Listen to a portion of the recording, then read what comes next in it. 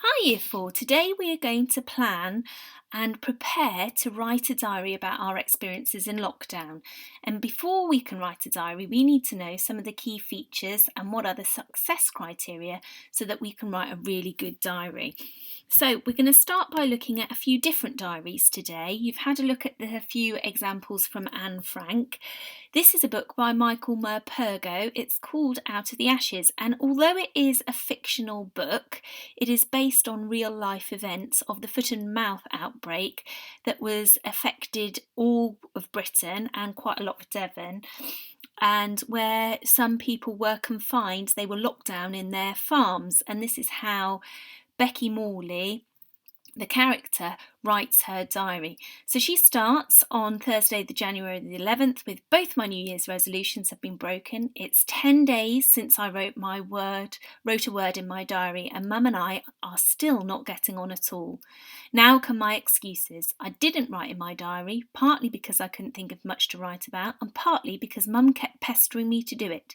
She kept saying it would be good practice for my English. That's her trouble. She can't stop being a teacher, and that Dad would be disappointed if I didn't write in it every day. She just pesters me about everything, not just about my diary. So you can get that book. You might be able to get it on a Kindle free download at the moment if you're interested in reading about what life was like being locked down on a farm in the foot and mouth outbreak. But there's another example of a diary entry. If we look at this diary entry, this was a diary that was kept by Edie Benson, and she was a young girl who was living in London during the World War II, and she kept a diary during the Blitz, where London was in constant bombing by the German soldiers. And Saturday the 20th of July 1940, this is what she wrote in her diary. I jumped out of my skin when the air raid siren started wailing last evening. I was in the garden picking sweet peas for Mum, and the whole bunch nearly went on the ground. It was very hot, even at 7 o'clock, and there wasn't a breath of wind, the kind of weather that always makes you feel something's about to happen. At tea, Mum had been saying how rattled everyone seemed, that the morning there'd been chatter in the shops. Someone knew for certain the Germans were going to invade this weekend, and they'd been in London by Monday unless our boys looked sharp. There are always rumours doing the rounds. It's difficult to know who to believe. Anyway, Mum shouted from the kitchen for me to come in at once, sounding panicky. I wasn't going to argue. I couldn't see or hear any German bombers, but I've never been in an air raid. How much time do you have between hearing a bomber fly over your house and a bomb dropping and blowing you to bits? So this is a diary from her, and again you could probably find a copy of this if you wanted to read it online. So all the diaries that we have read so far, and this is the extract that I showed you from Anne Frank, we're going to have a look at what all these diaries have in common. What do diaries need to have to make them a diary? So I want you to have a think, and you might want to go back and pause the screens at different places so that you can read through each example again. But I want you to have a think. What tense are the diaries written in? Are they written in the past or the present or maybe the future? What person are they written in? First person, second person, third person? Is the language in diaries formal or informal? Are they organised in a special way, perhaps using paragraphs or subheadings? What kind of details are included in the writing in the body of the text? Is it in chronological order? Remember, that means time order. And do diaries have introductions and conclusions? So I'd like you to pause or go back and think if you can find out the answers to these questions. You can jot them down if you want to, or you can just keep them in your head. And then I will move on to the next slide and see if I've got the same answers as you have to these questions. Are you ready? So, what tense are they written in? Diaries are written in the past tense. People are writing about things that have already happened to them. They are written in the first person. That means the person who is writing the diary is writing about what's happened to them. So we often see the word I written in the diary. The language is normally informal. It depends on what time in history the diary has been written, but generally speaking, it's a person's way of communicating with themselves, so that it tends to be quite informal. There are paragraphs, so writing is organised in paragraphs as it usually is in writing, but no subheadings really.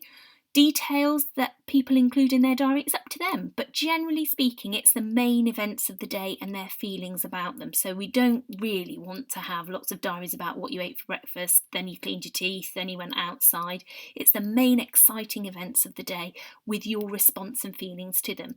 Are they written in chronological order? Yes, they are. We don't tend to start with writing about what happened before bed and then move back through to breakfast. So we tend to keep them in order because it makes it easier for the reader to understand. And actually, when the person's writing the diary, it's a way of thinking about in order what they've done in that day. Do diaries have introductions and conclusions? Sometimes, yes. So normally there would be an opening sentence saying about if they've had a good day, so today was a good day, or today you'll never guess what happened. So there's something normally that kind of starts the diary off. So I've taken these ideas and I've put them into a box plan for you to see. I've saved you the bother of making your own this time. You can thank me later, Year 4. So keep this if you would like to, and I'll try and put it in your learning pack before you do your writing, and this can be your checklist of what to include or what things you need to think about when you're writing your diary. Because the reason we're going to write this diary, the purpose, is that we're going to hopefully put it in a time capsule, or a copy of your diary in a time capsule, bury it in school so that future generations who find it can read about what your life was like during this particularly interesting time in history.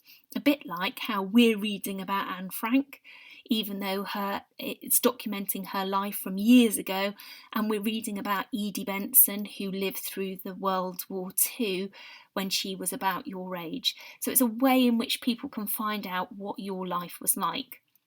So people who are going to read your diary are going to want to be interested, they want to be engaged, they want to hear details about your life and your day, they want to know about how you felt, they might want to see some drawings or pictures. We've not seen very many diary entries with drawings or pictures, but they can features. And they want to learn from you, and empathise with what your life was like. So I didn't live through the war, although some of you might think I'm that old, but actually reading about Edie Benson and her life through the war, I can begin to feel like what she must have lived through. It gives me information and I can begin to empathise with her, that actually it must have been a really frightening time. So use this box plan before you do your diary writing. And I'm just going to give you a little quiz before we go today. So, can you find the features? So here's a little bit of an extract of a diary, very small bit. Pause it in a moment. Can you find an opening sentence? Can you find any evidence that it's written in the past tense? Can you find any evidence that it's written in the first person? Can you find any information about the person's feelings and details about their day? So pause now and have a look. So here we go. So we've even got some time conjunctions at the beginning of this, yesterday, so that helps with the chronological order. It tells us when things have happened. We've got an introduction that we know that things started well but then changed suddenly. We've got lots of examples of first person with the use of I and my. We've got lots of examples of past tense, which is changed using that suffix ed on the end, were and was. And we've got some examples of feelings there. This character is beginning to feel anxious. So what I would like you to do in your learning pack, just to test your knowledge on this video and how well you've been listening, which I'm sure was very well indeed, I'm going to give you a few things that I would like you to read and decide whether they are true for a diary or false for a diary. And if you're not sure of any of those, you might want to come back to this video and have another look. Right, goodbye Year 4, good luck with your true and false activity.